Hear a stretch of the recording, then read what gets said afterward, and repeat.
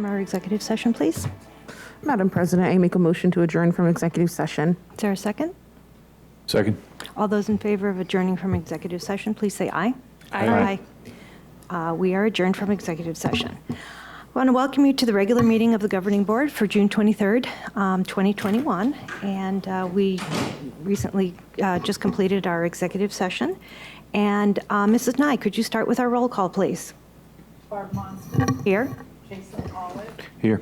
Laura Bruner. Here. Lindy Love. Here. Joel Worth. Here. Thank you. Next, would you please rise and join me for the Pledge of Allegiance, and please remain standing for a moment of silence. I pledge allegiance to the flag of the United States of America and to the republic for which it stands, one nation, under God, indivisible, with liberty and justice for all.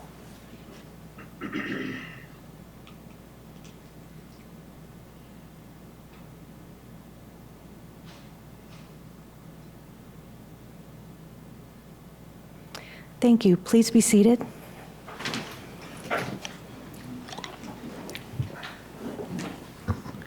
We first have a little bit of routine business to go through. First is to approve the minutes of the June 9th, 2021 regular board meeting. Could I please get a motion for approval? Madam President, I make a motion to approve the minutes of the June 9th, 2021 regular board meeting as presented. Second. All those in favor of approving the minutes, please say aye. Aye. Aye. Mr. Worth? That's all right, I'm done. I can do this paper. Let's go. Mr. Worth? What's your vote for approving the minutes? Yes. Thank you. Thank you, Mr. Fletcher. Next, we have to approve and ratify payroll and accounts payable vouchers. Could I get a motion, please? Madam President, I make a motion to approve and ratify payroll and accounts payable vouchers. Second. All those in favor of approving and ratifying payroll and accounts payable vouchers, please say aye. Aye. Aye. Motion carries. Dr. Castile, is there any correspondence? None this evening. Okay, thank you. Next, we move on to our citizens' comments. And this is the time for the public to comment. Members of the board may not discuss or take legal action on items that are not specifically identified on the agenda. Therefore, pursuant to ARS 38431.1H, action taken as a result of public comment will be limited to directing staff to study the matter, responding to any criticism, or scheduling the matter for further consideration and decision at a later date. We're first going to ask Mr. Terry Locke to present the public comments that have been submitted online. Mr. Locke. Well, thank you, Madam President, members of the board, Dr. Castile, and guests. Since our last board meeting on June 9th, we've heard from 26 people who took advantage of our electronic method to provide citizen comments. Feedback falls into the following categories. 1, curriculum and equity. 2, governing board and meeting protocol. 3, health and safety, mask and mitigation. 4, thanks to the school board for your service and action. As you will note, feedback sometimes falls into multi-areas and will be listed under more than one category from time to time, including this meeting as well. Submitting comments electronically provides our governing board members time to read and prepare prior to the meeting. This format also provides the board an opportunity to ask clarifying questions of the administration. You have the submissions verbatim for your consideration. They're also available on the website for public review. Thank you, Mr. Locke. We appreciate you compiling all those and giving us a summary. As I say, I think the board did get notification of all of those, and we were able to review it prior to the board meeting. So thank you. So we will start with we have, let's see. We have just under 20 comments, and so for individuals who would like to comment this evening. So we will be limiting the comment period to 1 minute. And our first individual tonight is Ted Rhodes.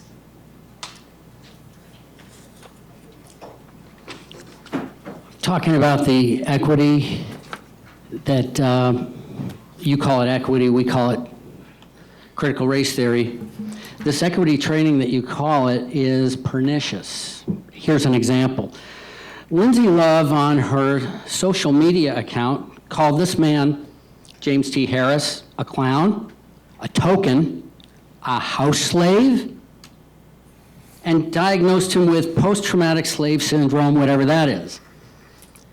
I suppose you exempt yourself from any accusation of racism. 30 because seconds. You yourself are a person of color. How convenient for you. Is this the same brand of racism and hate that you are using to indoctrinate our children? And where is the condemnation from the other members of the school board? No apology from Ms. Love. This school board needs to condemn Lindsay Love in the harshest terms, and you, Lindsay Love, need to resign. Thank you, Mr. Rhodes. Our next is Kurt Roars.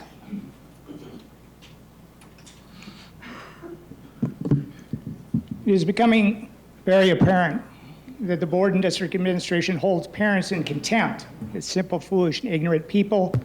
The attempt seems to deny, deflect, and simply ignore their concerns and treat them as incompetent in raising their own children. There seems to be an attitude the district must step in to make sure their views on how children be raised correctly be enforced.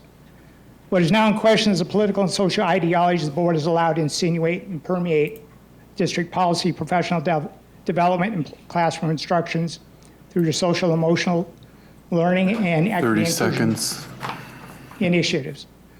These appear to be nothing more than social science experiments derived from elitist university professors who want to test out their newest trendy academic theories. But our classrooms are not to be used as laboratories. More importantly, our children never should be used as lab rats for social science experiments. These students are not things to be manipulated. These are our children. We insist that you treat them with the dignity that all human beings rightly deserve. Thank you. Thank you, Mr. Roars. We have Stephanie Martinez from Chandler.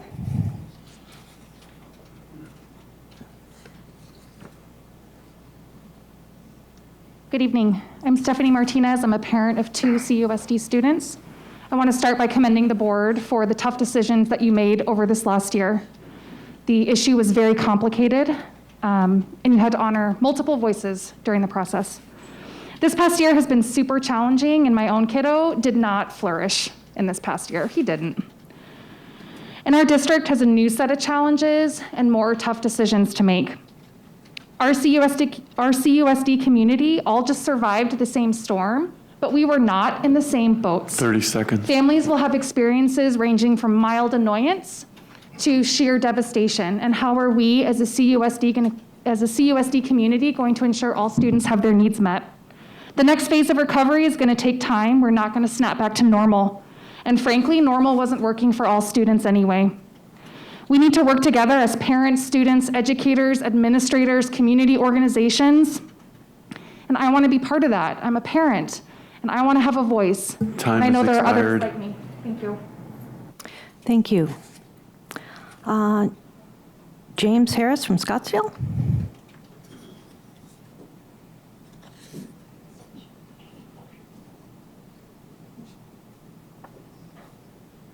If critical race theory is beneficial to our students, why, when questioned about it, do parents and concerned citizens get ridiculed by board members? Why not simply respond to inquiries with truth, facts, and honesty? The last time I was here, I was accused by someone on this board of suffering from PTSS, post-traumatic slave syndrome, as was said earlier. And the board member posted on her social media that it is a shame that a black man would use his platform to incite violence towards her.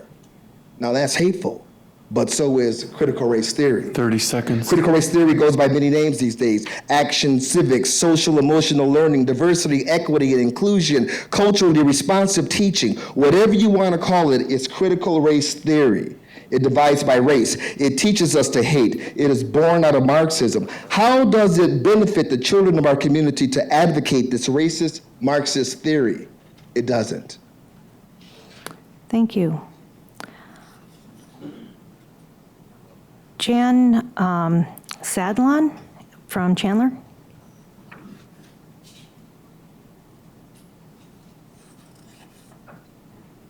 Good evening. We're grandparents and we have 8 grandchildren from grade school to grad school. We grew up in the 60s, and we witnessed what government policies that divide by race can do to a country. We're concerned about our grandchildren, and I really don't have the curriculum in front of me, but I've heard things about it.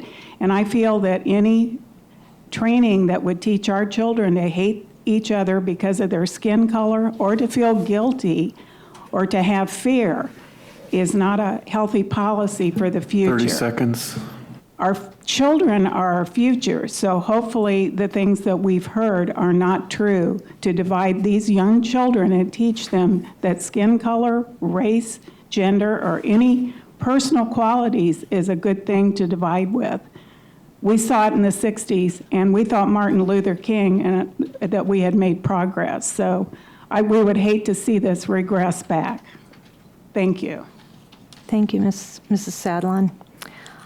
Jamie Vota from Chandler.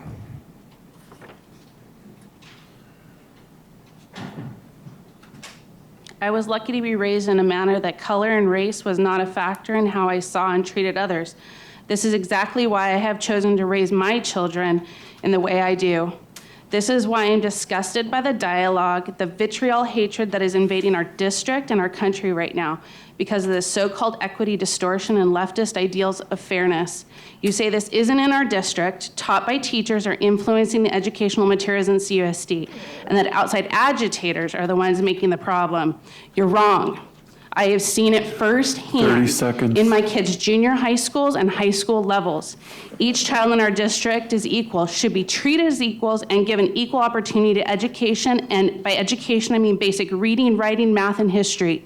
When you divide our kids, they notice it. When you give one advantage for nothing other than skin color, they notice it. It sows seeds of discord in our community and twists our children's views to others.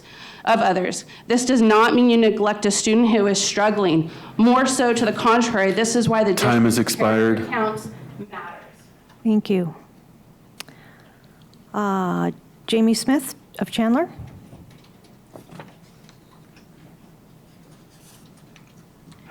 Good evening. School board members commit to serve to promote academic excellence, fiscal responsibility, as well as represent the community. CUSD is promoting CRT. We were told they were not, and that was a lie.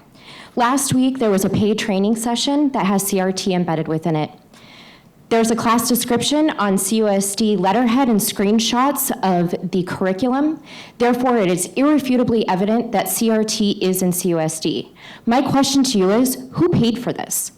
CRT is a divisive curriculum that is radicalizing CUSD. This is not representing the community. It does not promote academic excellence. Therefore, you are all in violation of your commitment as a board member. We also have a board member that has publicly stated that those who do not agree with racism, or that don't agree with CRT, quote, are part of a known hate group in the Valley who are currently engaged in domestic terrorism across our state at school board meetings. Time has expired.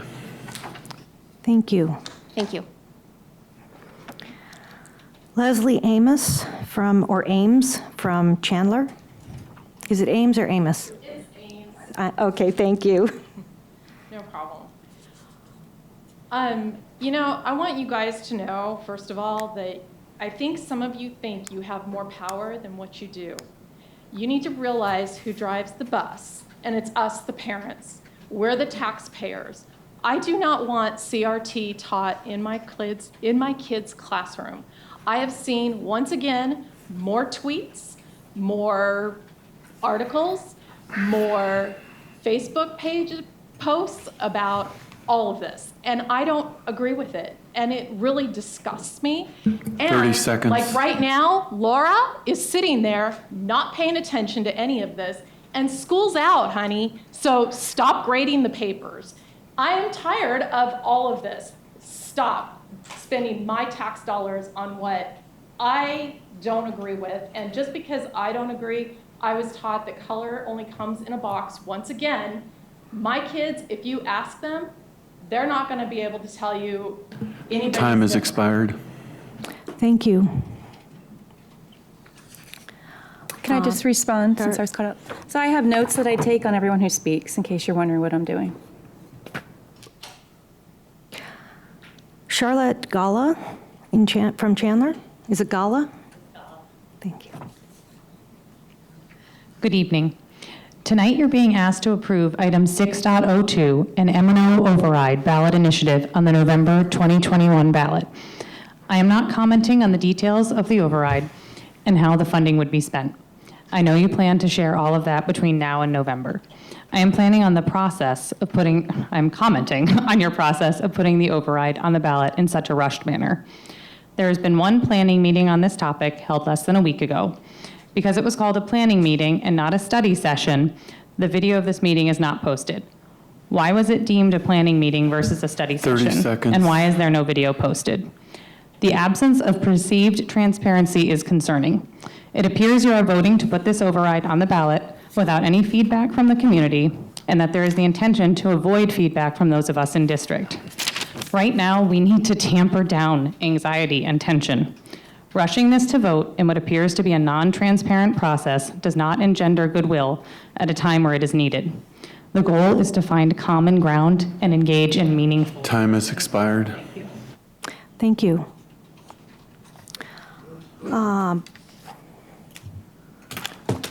I am going to butcher the name. I'm truly sorry. Barbara Quidada? Is that right or not? No, it's Quijada. Quijada. Okay, thank you. I'm sorry. I knew I was going to butcher it. Good evening. This beautiful rainy evening. My name is Barbara Quijada. I'm a member of Valley Unitarian Universalist Congregation in Chandler. Chandler is our congregation's home, and we're strong supporters of Chandler Unified School District. Members of VUU have worked hard in the last few years to advocate for increased funding for public schools, school bond elections, and overrides. We know last year was a difficult one for many CUSD families, and we know that the district worked hard to meet the 30 learning and seconds. social needs of all of your students. As one of the member congregations of Valley Interfaith Project, we want to work with you as you meet the challenges of the new school year. We'd like to meet with you in the coming weeks to discuss how we can address these challenges, including the possibility of an override. Thank you. We'll be reaching out to you to set up a time to meet. Thanks. Thank you. Ann Adams, Chandler. Hi, my name is Ann Adams, and I'm a parent of 2 teenagers in the Chandler district. Last time I talked about the Parent Bill of Rights and how I have the right to direct their education and their morality, and the school does not. I expect honesty and transparency and for the school to stop lying. I called Hamilton School District and I asked for the director of curriculum and if this was happening at my school, and I was directly lied to. I think that's not transparency, and you wonder why parents are mad. I am a mother. I'm not in any organized group of people. I'm here because I'm sincerely concerned. I do want history of the Civil War. I think that's 30 important seconds. to teach that. I want you to stop teaching oppression, hating America, division, and causing the psychological damage you are and the division you are among the kids. And I can see it myself. My kids are walking on eggshells because of this and don't know how to act around their peers. I never went through that in the 80s. I never even thought about what color someone's skin was, nor did I ever think they were held back by anyone else. So you need to stop this. It's against my right, and you're breaking the law. Time has expired. Thank you. Eileen, looks like Garces from Chandler. Thank you, board members. My name is Eileen Garces. I'm a member of Valley Unitarian Universalist Congregation in Chandler, which is a member of Valley Interfaith Project. My 2 daughters have attended CUSD from kindergarten through high school. My oldest just graduated from ACP Erie, and my youngest will be a junior at the new ACP High School. I'm so thankful for the perseverance, dedication, and positive attitudes my daughter's teachers and coaches have shown through all of the many challenges last year. We were particularly impressed with how my daughter's soccer coach stayed positive and motivated his student athletes this year. 30 seconds. Giving them the motto, just keep swimming, in spite of not knowing if they'd get to play games. When AIA announced that there would be a season, the team was prepared and made it to semifinals for the first time in the school's history. Not all students have the same opportunities to participate in athletics. Valley Interfaith Project wants to work with you to ensure that all students have equal access to a quality education and extracurricular activities. Thank you. Thank you. Looks like Karen Mitchell from Chandler. Thank you. I'm not part of any group. I just came here because my kids are 8, 10, and 12. And we start to experience things as far as Black History Month. My kids would come home and they would be afraid.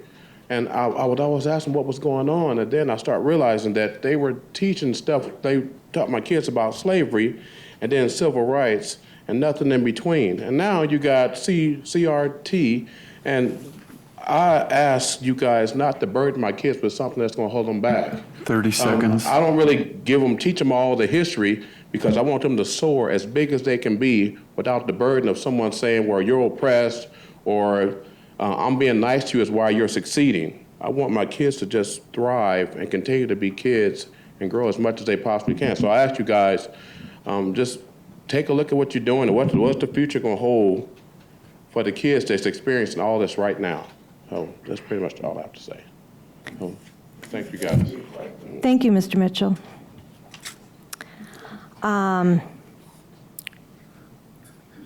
Randy Young or Randy Yoakum, sorry, of Chandler.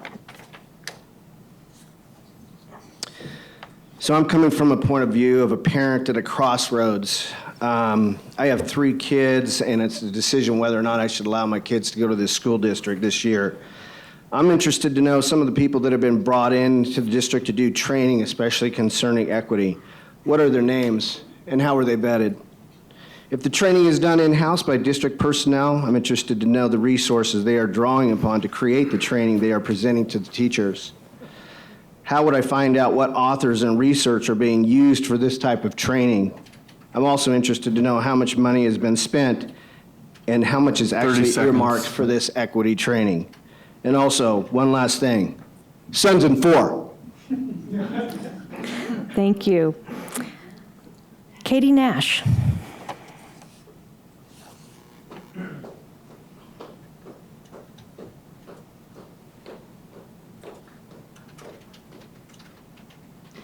Good evening, President Mosden, Governing Board, and Cabinet. There's no denying that this past year has been difficult. Each one of us has faced some kind of struggle. Our educators face that struggle head on by embracing a new social emotional curriculum that are put our students' needs first, front and center. It emphasized the importance of the unique talents each one of our students bring to our classroom. Last night, my daughters and I were watching the movie Trolls World Tour. Near the end, one of the trolls says, "Denying our differences is denying who we 30 are." seconds. A children's movie. A children's movie is teaching us to celebrate all of the ways that we are different, that our differences are actually the things that can unite us. As we look toward the future and repair the cracks in the foundation of CUSD, we need to celebrate the differences just like the trolls did. The trolls were successful when they worked together. That is what we are asking for tonight. VIP and CEA would like to invite you to hear our stories directly from families later this summer and work together to make sure every student has what they need to be successful. Thank you. Thank you, Ms. Nash. Beth Wamsley from Chandler. In the June 9th Governing Board meeting, you stated unequivocally that critical race theory is not in Chandler Unified Schools. I've spent the last few days reviewing every item available through the district website on the recent Summer Equity Symposium. It was not only saturated with the language of critical race theory, but it was sponsored by Stand for Arizona, a political nonprofit who runs the Center for Anti-Racism in Education. Anti-racism has become the preferred euphemism for critical race theory. What concerns me the most about what I read, watched, and researched about the symposium is how you are framing our direction for the district. The moderator said they are placing equity at the center of our district. I'd like education to be the center of our district. Education should not be viewed as a tool towards equity, but as the end goal itself. 30 seconds. Keynote speaker Victor Rios described the education trinity as parents, teachers, and students, but it seems you view it as teachers, administrators, and school board. Parents should sit down, shut up, and take what we're given and be grateful. You are prioritizing your own personal and political agendas above the welfare of this district's students. Many of my friends have pulled their students from the district into charter schools and homeschools, and they've encouraged me to do the same. I've always been an advocate for our public schools, and I've valued the resources and opportunities found here, but I find the value diminishing quickly. We have voted you in to advocate for our children, and we'd ask that you do so. Thank you.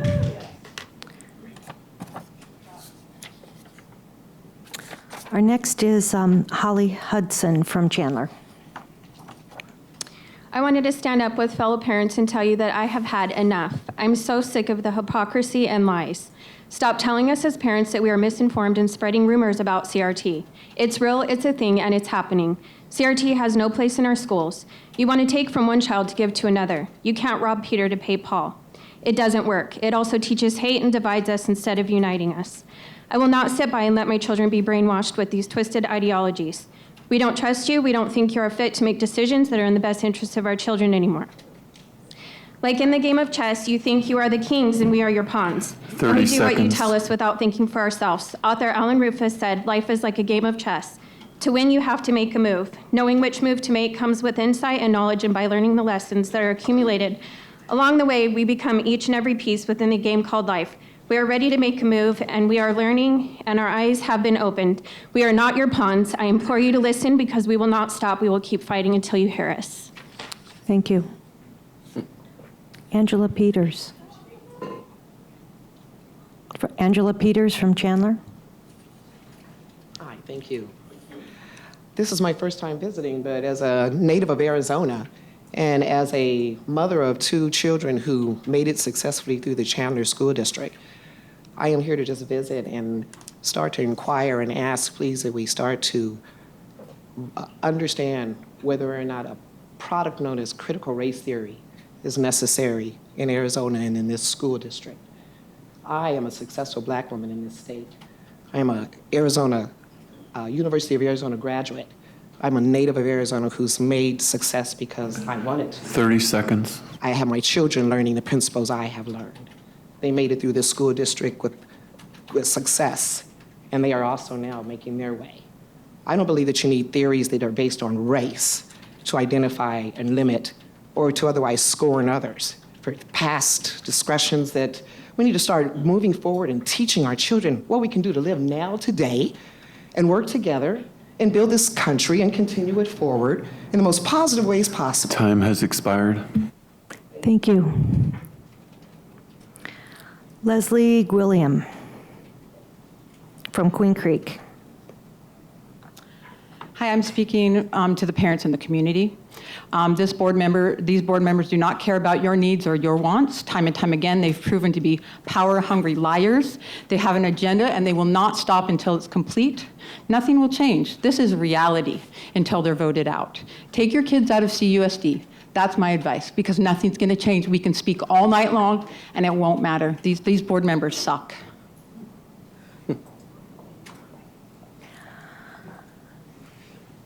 That was the last of our citizen comments.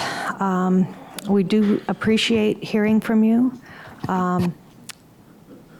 We do listen. I don't know if, okay. All right. So we will move on to our consent agenda, and Dr. Castillo.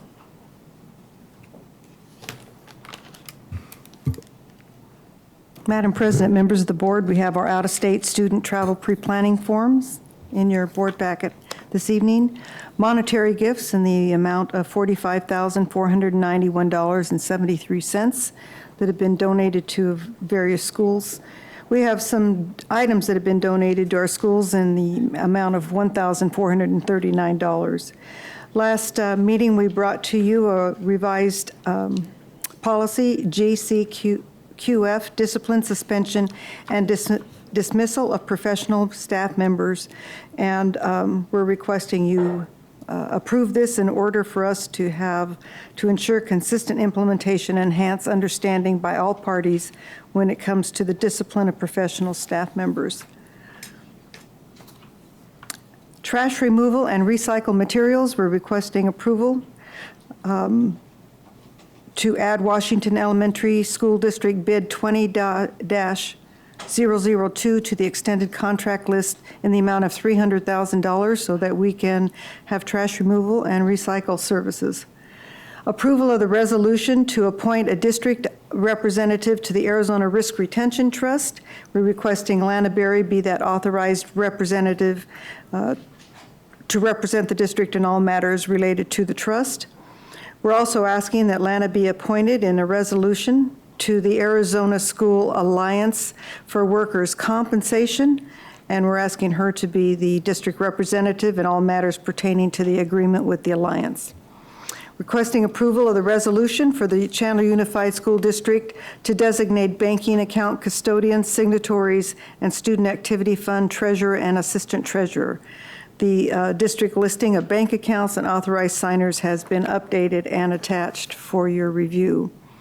We have lobbying consulting services, and I know you're familiar with our public policy partners. We're requesting approval to enter a contract with public policy partners to begin July 1, 2021 in the estimated amount of $156,000 for the 2021-22 fiscal year.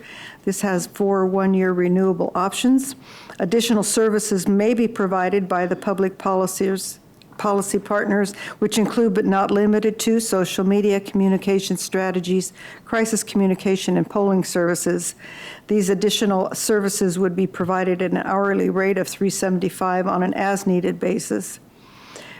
We pay membership dues of approximately $30,000 annually, and 33 other districts join us in that effort to form the Education Finance Reform Group.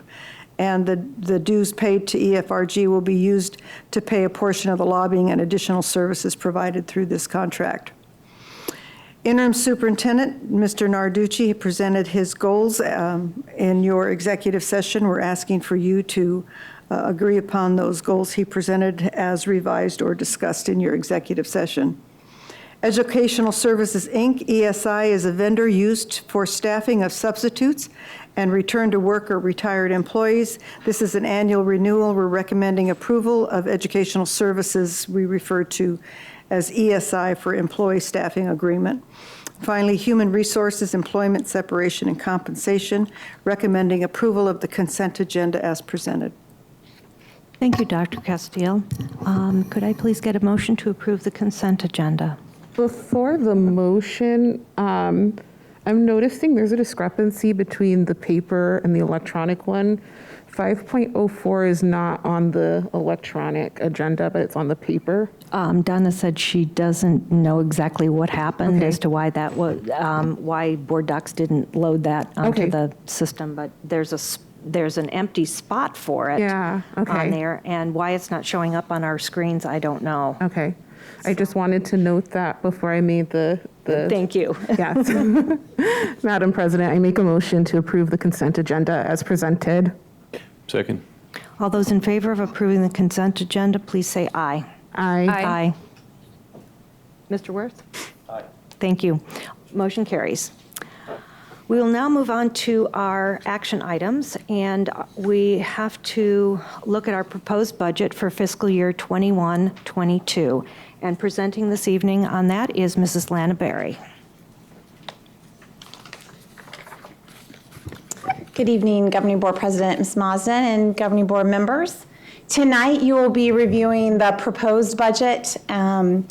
Pursuant to Arizona statute, school districts must publish a public hearing notice and a summary of the proposed budget on a district-wide basis for fiscal year 21-22.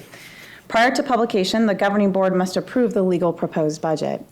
So tonight, even though the legislature has not approved a budget, we are asking you to approve our proposed budget, which will be publicized, and then in 3 weeks, on July 14th, we will be holding a hearing that reviews in detail all of the budget pieces, and then also a truth in taxation hearing.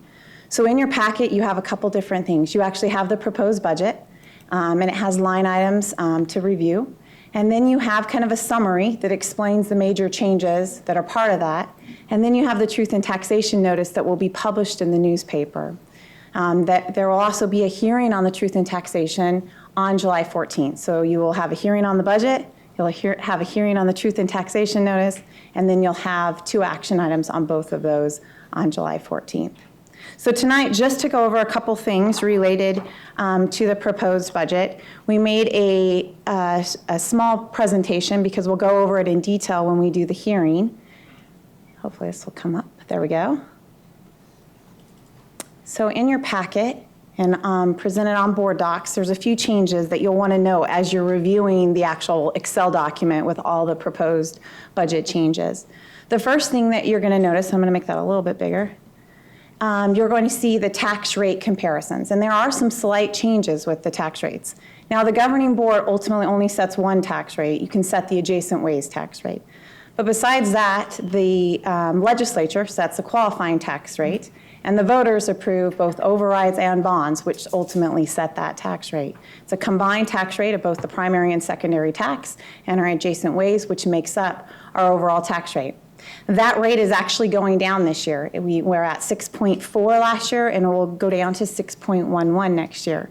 The major reason for that is the qualifying tax rate went down as assessed values in our communities and across the state went up. So the qualifying tax rate went down, so therefore the primary tax rate went down.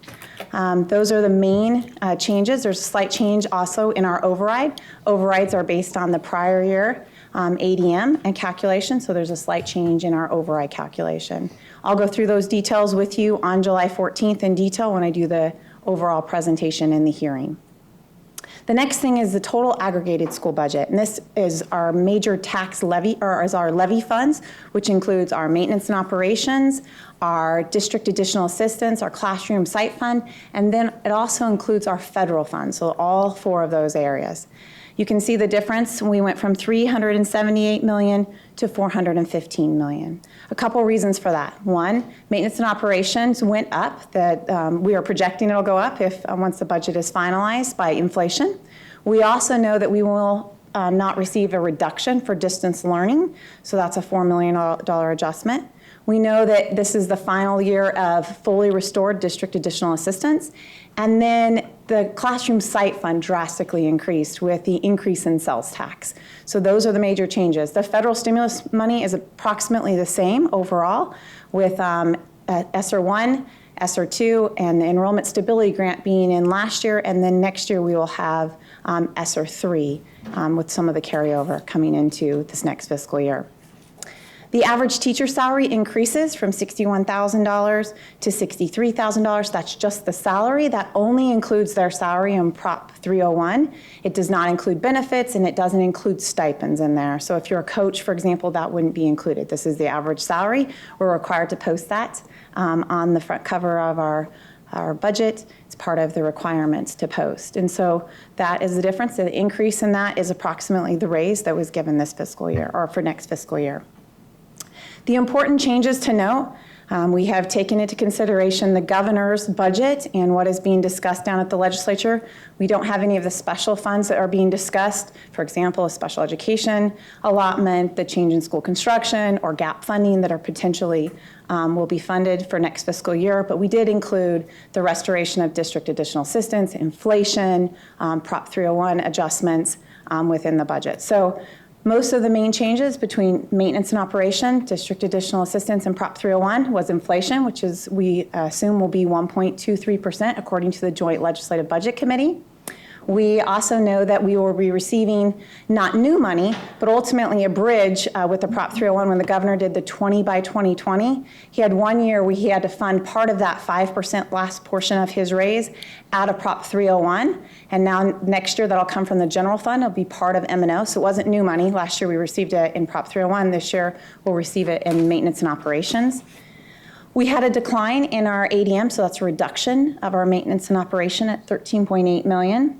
We had teacher experience reduction. Now every year they calculate our teachers' average years of service within our school districts, and they compare that to all teachers across Arizona, and then you see where your district is compared to others. And if you have a higher teacher experience index, or they've been with the district longer than others, then you get a little bit more money because that costs you more to have more seasoned teachers.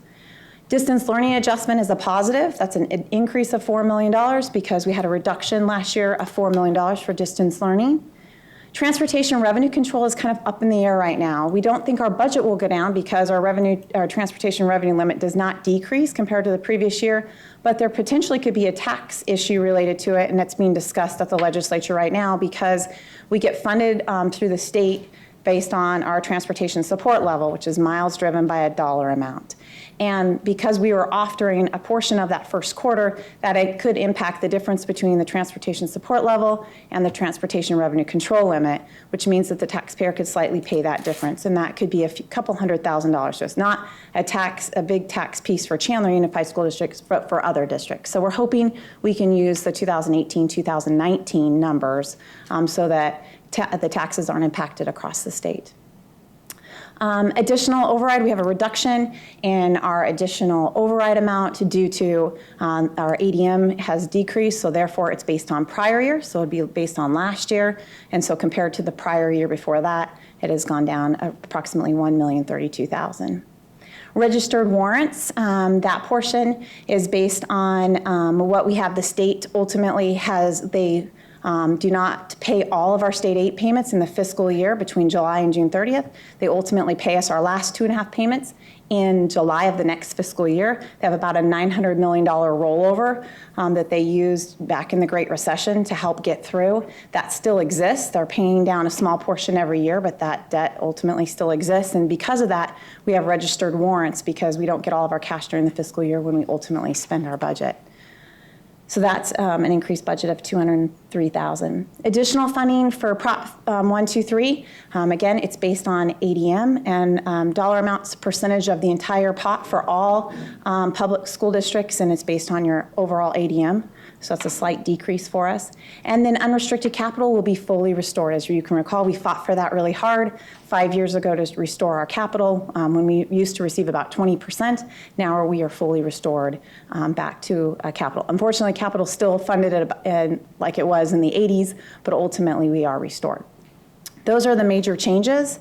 If you were to refer to pages 1 through 4, we will go again over all these details in the hearing, but ultimately the budgets, which include M&O, capital, and Prop 301 are just based on last year's budget, less the reductions of force that we had this year, and any new programs that we've added in. Pages 5 have our bond building. It's our new construction renovations, and we have a budget of about $46 million in there to finish out our new high school. Also, with some of the renovation and projects that we have going around, are almost 6 million square feet here in Chandler. The next fund is Fund 695, which is our new school facilities. We'll receive our last portion of the school facilities board that was actually approved a couple years ago, but it's done on a reimbursement method, and so we'll receive the last portion for our high school as we finish that out at about $7.3 million. Adjacent ways, we have reserves for about $2.5 million to help us finish high school, our latest high school, and also to prepare us for the future. Adjacent ways can be used for utilities. They're adjacent to public park properties, new construction, also for public works like sidewalks that are adjacent, fire lanes, bus lanes, and as you all know, our 40+ schools with 6 million square feet, we have a lot of those throughout our community. And that's part of the Truth in Taxation hearing that you'll receive information on July 14th. The last information is on page 6, federal programs. You will see that the ESSER funds for ESSER 3 is $30 million, and then you'll have some rollover from this current year, plus your Title I and all of the other typical entitlements that we get within our school district. We will find out about our college credit by examination incentive program this year after they determine how many students pass the AP exam. So some of these funds we have to wait to receive funding on, and then we'll update you during the revised budgets. Right now, we have in the budget what's going to be carried forward, and then as new allocations come out, we put those in the revisions when we come back to you in December and May. Same thing, we have kept the same amount in the Instructional Improvement Fund, which is gaming money until that gets updated. And then we will continue to apply for building renewal grants, and we'll update those as the revisions go through. So again, on July 14th, we'll go through an entire presentation to where you'll hear all these details, and we'll lay it out for you. If you have any questions between now and then, would love to meet with you or talk to you about any questions that you do have. Thank you, Mrs. Berry. You're welcome. So could I get a motion, please, to approve this budget for publication? So moved. Second. Okay, we'll go ahead and, are there any questions for Mrs. Berry?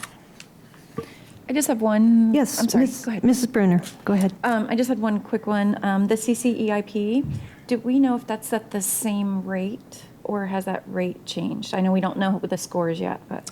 So we don't know what will change for next fiscal year. We already got our allotment this year, which was slightly down because there's more tests available and more students. But next year we don't know the dollar amount. It'll depend on how many passed it and what the pot of money is available.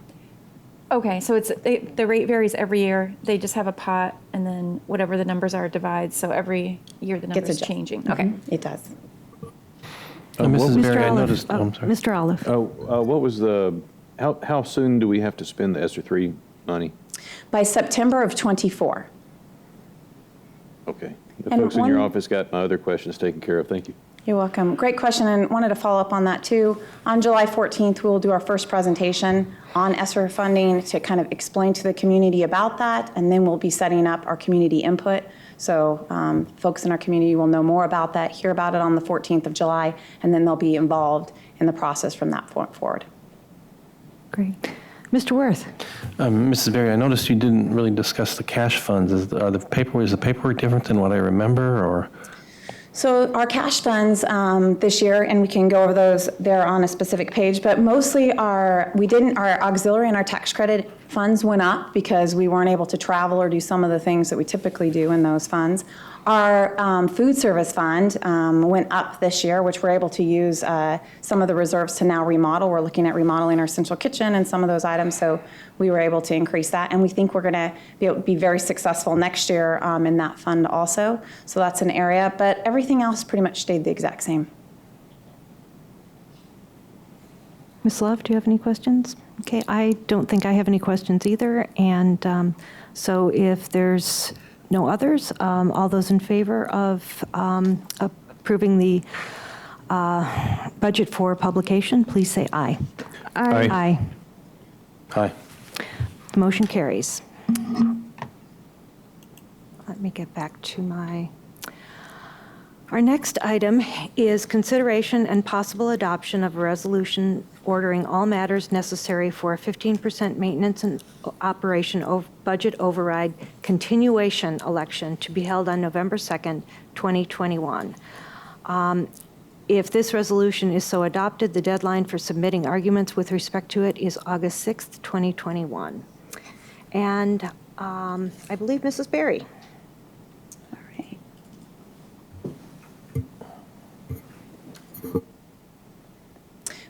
Madam President, members of the board, tonight we're going to be discussing the potential adoption of a resolution calling all matters necessary for a 15% maintenance and operations budget override continuation election to be held on November 2nd, 2021. And so tonight what I want to do is go over some of the basics about our override and hopefully answer those questions that you might have or our audience might have about the upcoming override. There's 4 things that I think are important. One is we need to review the current override so people understand what we have in place, the usage of the override, and then the terms of an override to explain that.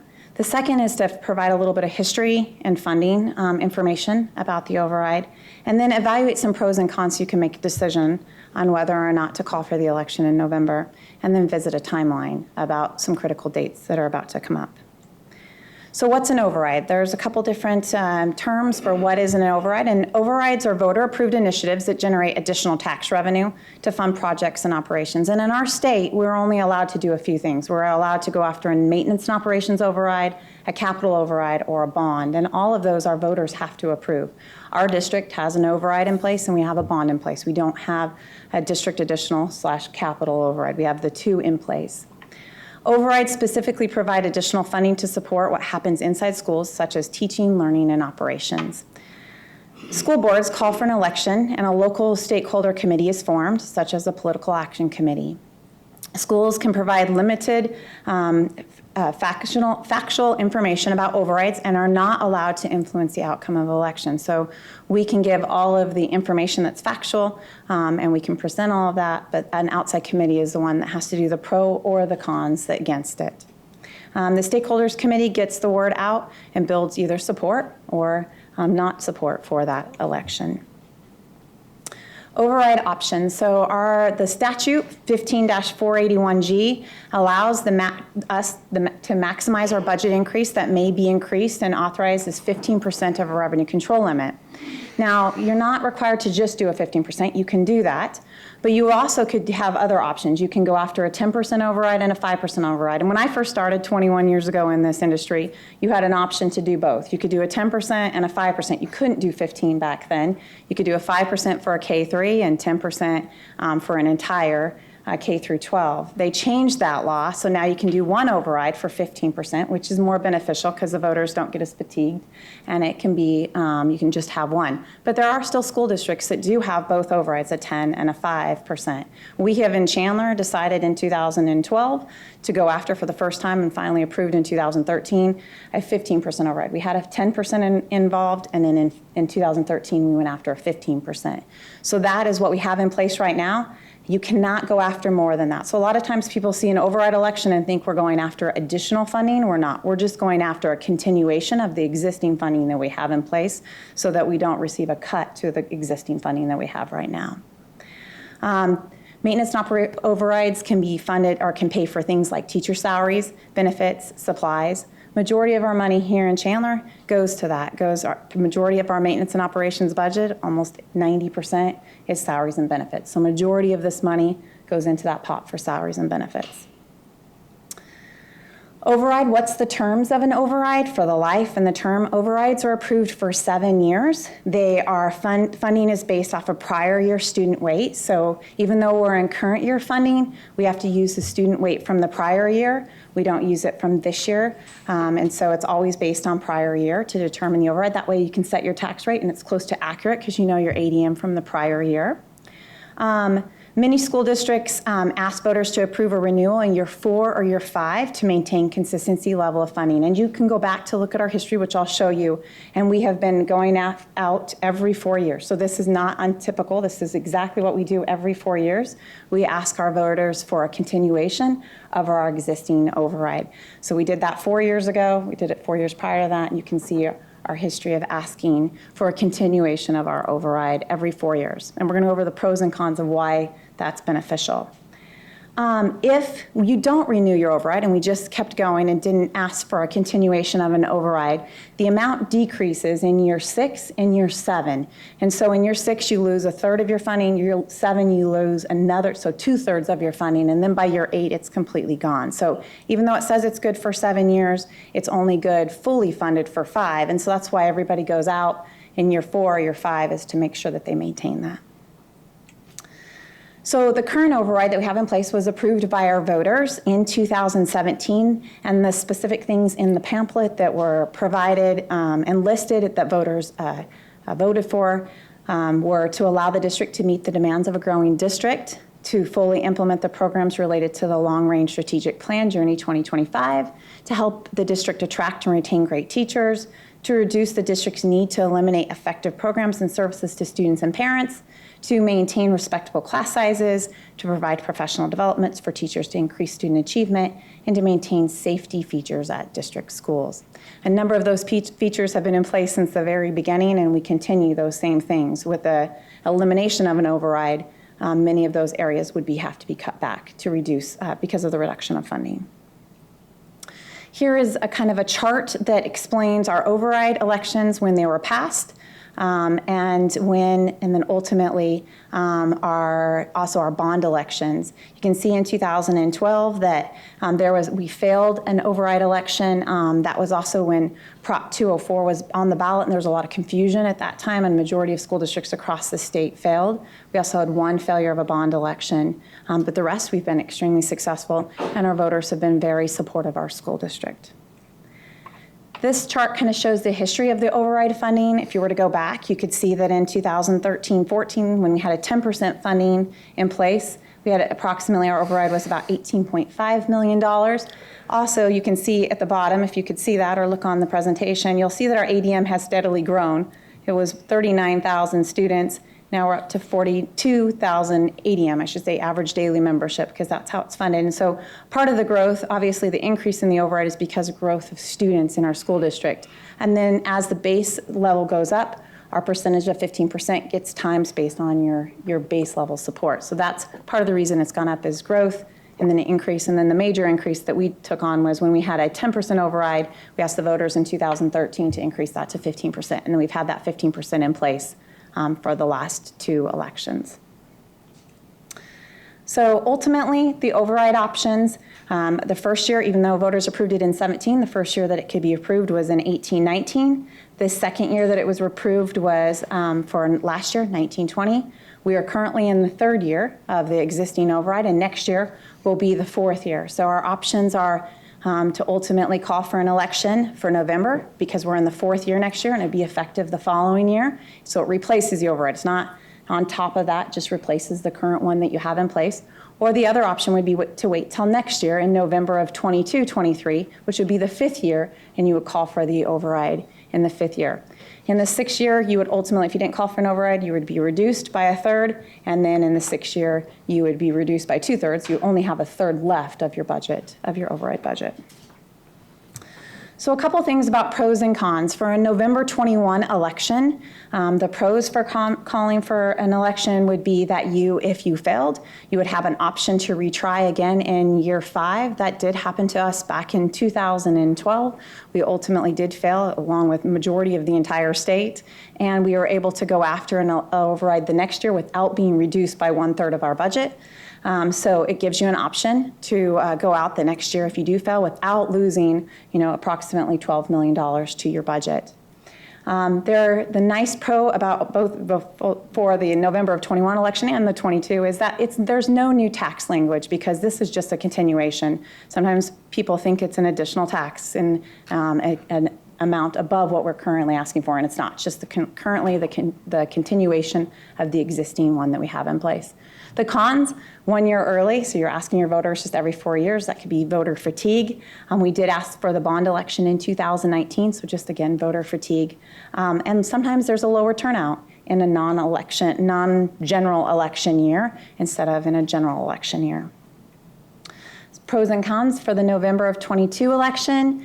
So there's no new tax language needed again, because it's not a new tax, it's just a continuation, so that's still a pro. Voters rest, they have 1 more year where you're not going out and asking the voters to vote for something. The cons are if it fails, you are in year 5, and so you will have a reduction to your budget the next year by 33%, or 1/3 of the budget. And that's ultimately, if it fails, it could change ultimately your tax rate. So election day timelines overall, there are in June, we are in June at this point, and there is a notification for intent to call. That's the requirement for June, is to notify the election department for intent to call for an election. The district submits ballot language to the election department if the board calls for that.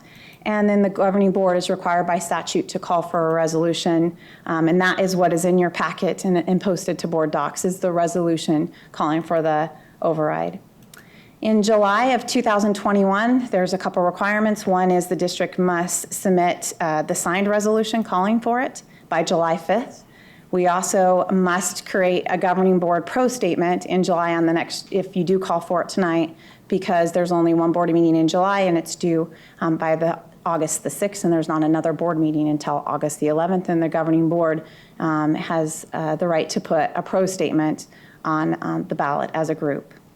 In August of 2021, we have to submit that pro statement to the county elections department, and then at that point, the political action campaigns for or against can begin their campaigns, and then the district can present educational information on the override and factual information all the way up until the November election.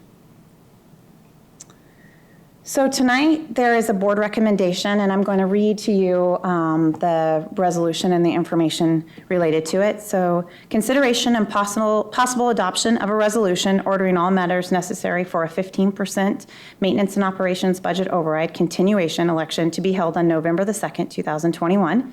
If this resolution is so adopted, the deadline for submitting arguments with respect to August 6th at 5 p.m. The district is currently operating under a 15% maintenance and operations override. By law, the last year of fully funding of the override is fiscal year 22-23. In order to fully implement Journey 2025, Chandler Unified School District requests a continuation of the existing 15% override. If the board agrees, this would require an election in November of 2021.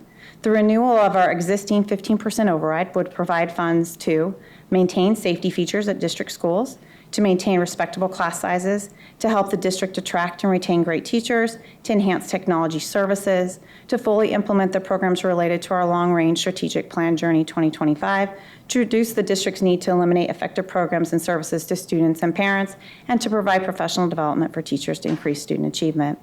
The legal document that must be approved and forwarded to the Maricopa County Elections Department is attached. It is recommended that the board approve the attached documents authorizing the November 21 override election. Thank you, Mrs. Berry. You're welcome.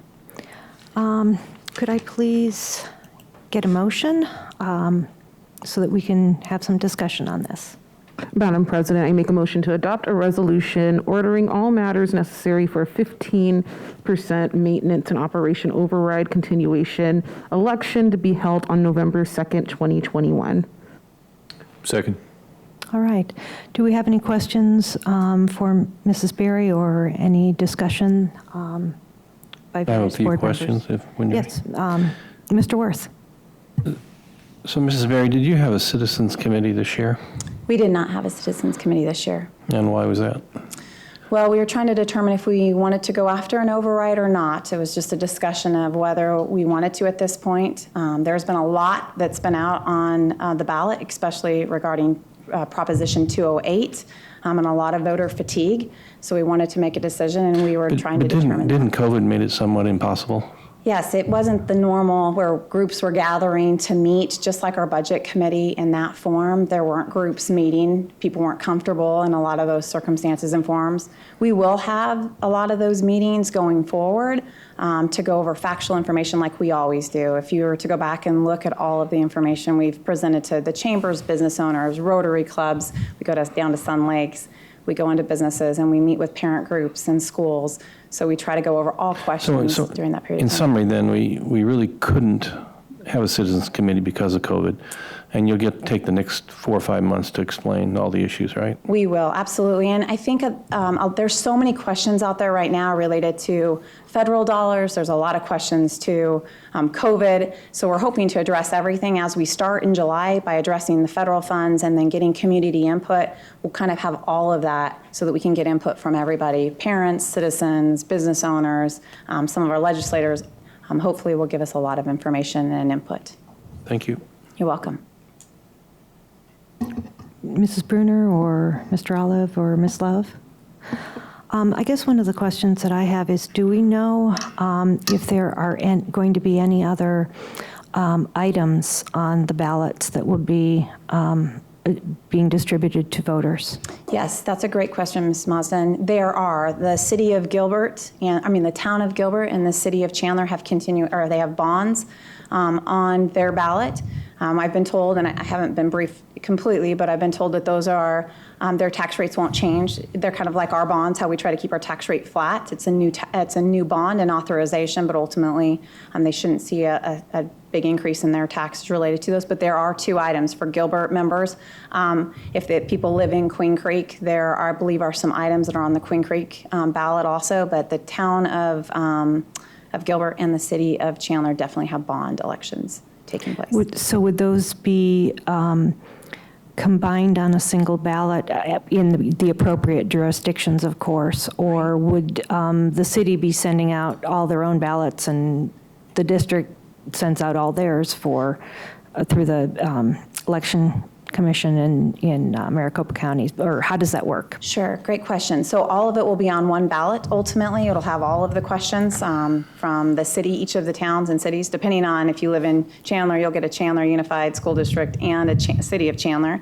If you live in Gilbert, you'll get the Chandler Unified School District override election and the town of Gilbert. If you live in the town of Queen Creek, you'll get their information and then our Chandler Unified School District one. So it just depends on this jurisdiction, but ultimately your ballot will have all of those within that. Okay. Where's it mail-in only? It could be. We'll make that final decision coming up. And Randy, do you know, is it all mail-in this year? All mail-in. Yes, sorry. Yes, sorry. And are there significant changes to the mail-in balloting process that have been approved by the legislature, do you know of? Or are we going to see significant changes at all, or is it going to be pretty much the same? And I might have Randy speak to that, if you don't mind. This is Randy Stein from Stiefel. I know there are some bills going through currently related to voters and information, but I'm going to let Randy speak to that.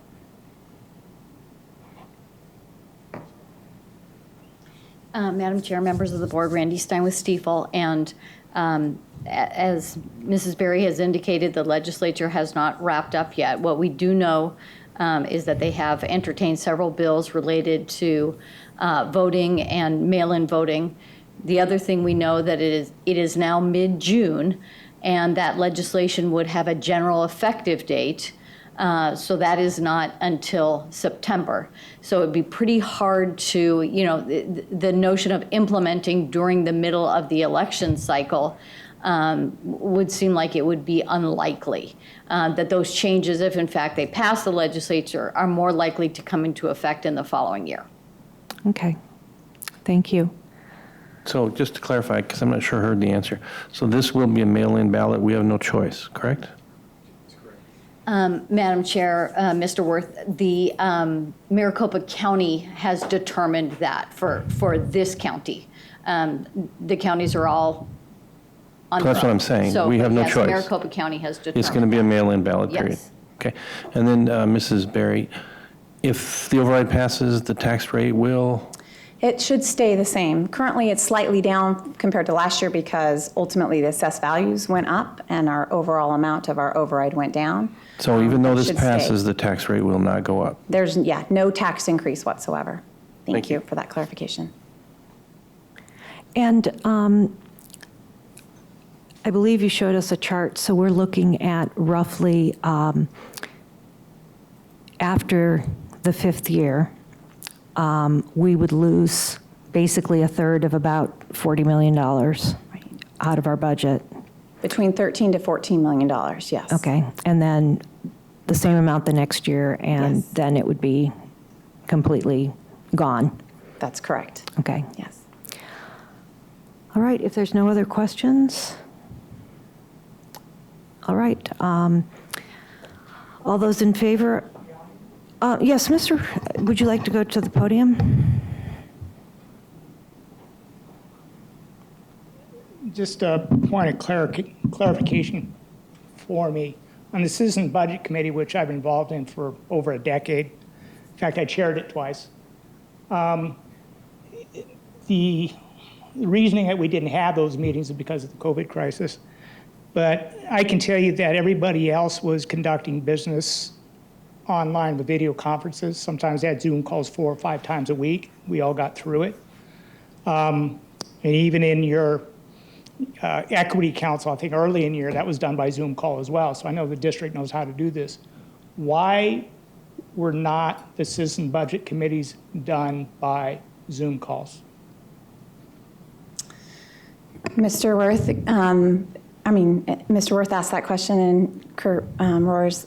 We did consider that. We were just a lot of consideration across the state for whether to call for overrides or not with school districts, again, related to Prop 208. So we were still trying to determine if we wanted to go out and discuss that or not. And those decisions were being made up until the very end.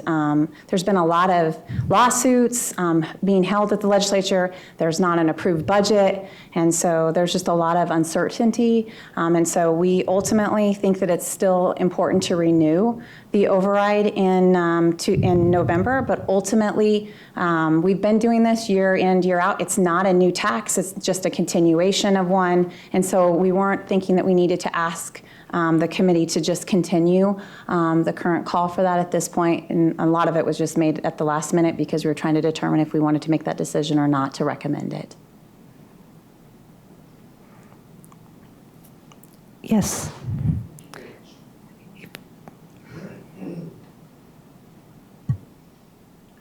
I'm just curious, what is the strategic plan Journey 2025? And will that be a published document available to read? That's a great question. It's actually published on our website, and you can get some great information off of it. If you go back, you can look at our history. We had Journey 2020, and there's a lot of good information out on our website. Thank you. You're welcome. The plan is actually, just to give you a little bit of history, the plan has been in place. We started it in 2010 as a 10-year plan from 2010 to 2020, and approximately every 5 years we update that plan to basically help raise the bar for our students academically, and it has various metrics in it that are looking for outstanding staff. We are looking at our student graduation rate, students' achievement, third grade reading, a lot of different things that we feel is important for student success. If there's no other questions, we'll go ahead and vote. All those in favor of adopting the resolution for the maintenance and operation budget override continuation election to be held on November 2nd of 2021, please say aye. Aye. Aye. Aye. The motion carries. Thank you, Mrs. Berry, for the presentation and kind of explaining all things about overrides. So I appreciate it. Next, we have our board agenda roadmap, and we are only looking at, well, basically, this is the end of the last meeting of this school year. Our new fiscal year starts on July 1st, and our next board meeting will be July 14th.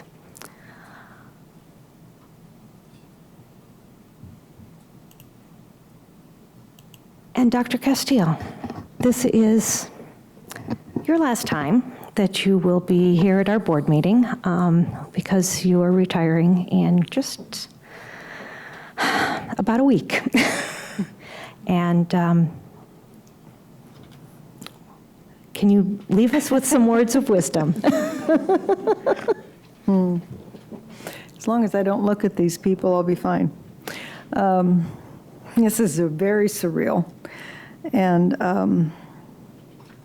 I've been attending school board meetings since 1986, 35 years on, and frankly, I don't know what I'm going to do on Wednesday nights. Moving forward, I'm sure I'll find something. There must be some athletic event. I agree, sons in 4, whoever said that, by the way. So, I know in the last 25 years I haven't missed a meeting, and there's been such an outpouring of appreciation and well wishes over the course of the last several months. And I'm going to miss so many wonderful people that I work with day to day, and the staff, and certainly so many families and parents I've had the opportunity to get to know personally.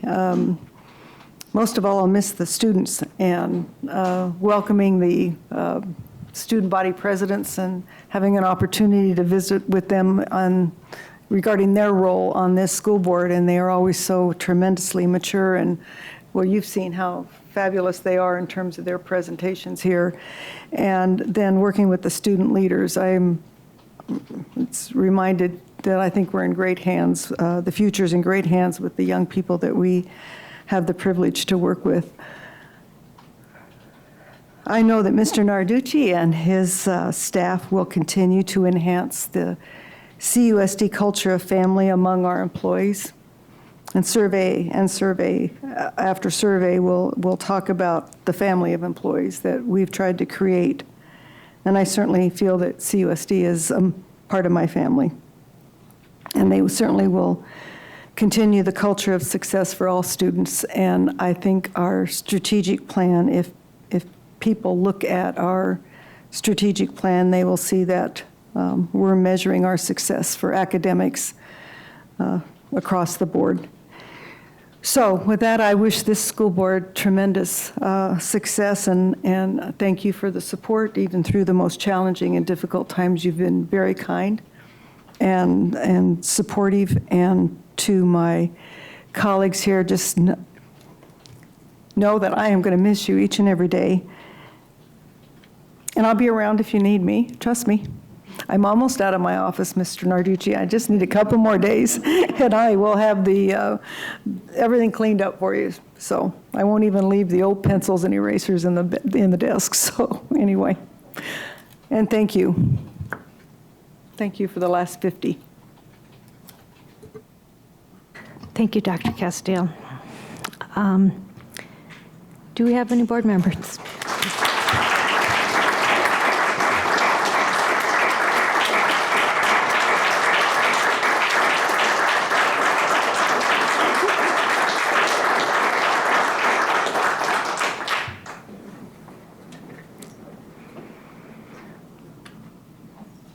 Ms. Love? I mean, how do you follow that? I don't really have anything to say other than, I think that, everybody shares the sentiment that we will definitely miss you, Dr. Castile. I will miss talking with you about lipsticks and standing next to you at some graduations. And that's all I want to say. I don't know what else to say tonight because it's truly, we're happy about Mr. Narducci, but we're very sad, but happy for you as well. So it's just a very confusing time, but we appreciate you and everything that you've done. Anyone else have anything to say this evening? Yes, Mr. Worth. First of all, it's just going to be strange. I've been used to you telling me and pushing me and encouraging me and helping me, and it's arguing with me. My sister arguing with my sister. But anyway, well, you'll be missed, Camille, very much so. One thing I would like to say to the community a little bit is our seniors generated $150 million in scholarships. That doesn't happen unless our entire district is performing at a very high level. So I know you're frustrated with this, but don't forget that. Your kids are performing well and they're being taught very well. $150 million for 4,000 seniors. Do the math. It's amazing. It's pretty as amazing. That's why our district has been so successful. We'll get through this. We're going to get back and hopefully center ourselves back in what's important in the classroom. And thanks for your thoughts. Mr. Olive. Thank you very much, Camille. And it's hard to follow that. One thing I did want to tell all you guys that came to speak with us, we are looking into, some of the stuff that folks have sent us on the email and things they found in teacher trainings that don't look quite right. We do read all those emails, and we ask the cabinet and the staff about them, and so some of that stuff we're looking into that doesn't quite look right on the surface. So it's not, your comments aren't being ignored. We hear you and we're listening to you, and if you have any question about what's being taught in your classroom, by all means, you can always talk to your teacher. Having a good relationship with your teachers is definitely always great. Thank you.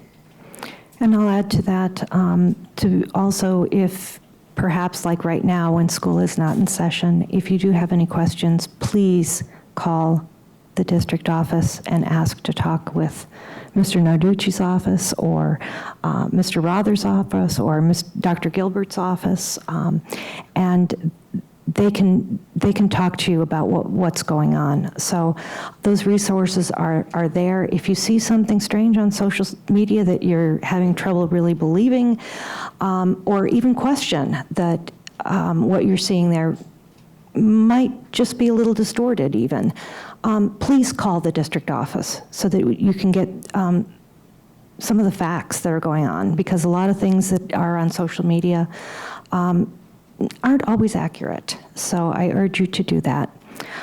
Dr. Castile, I've been on the board for 13 years with you, being our superintendent, and I have always been amazed at your persistent optimism. You always see the best in people and are looking for the best. And I think if I can say anything that you have taught me is that you have truly helped reaffirm that optimism in me. I believe that we can do the best for our students and the best for our staff and the best for our community. You always treat people with respect and have a certain grace about you that is just amazing. And I think that with all of that and your leadership within this district, you have truly made it feel like a family to not only your staff, but also the board, and have helped them bring into that family type dedication, or I guess philosophy. So I truly appreciate that. I think that your kindness to everyone that I see is truly something that we can all emulate. And I certainly want to try and emulate just really being kind and teaching our students to be kind to each other also. So thank you so much. We have a 3-week break, and we will see you on July 14th. Thank you very much for coming this evening, and this meeting is adjourned.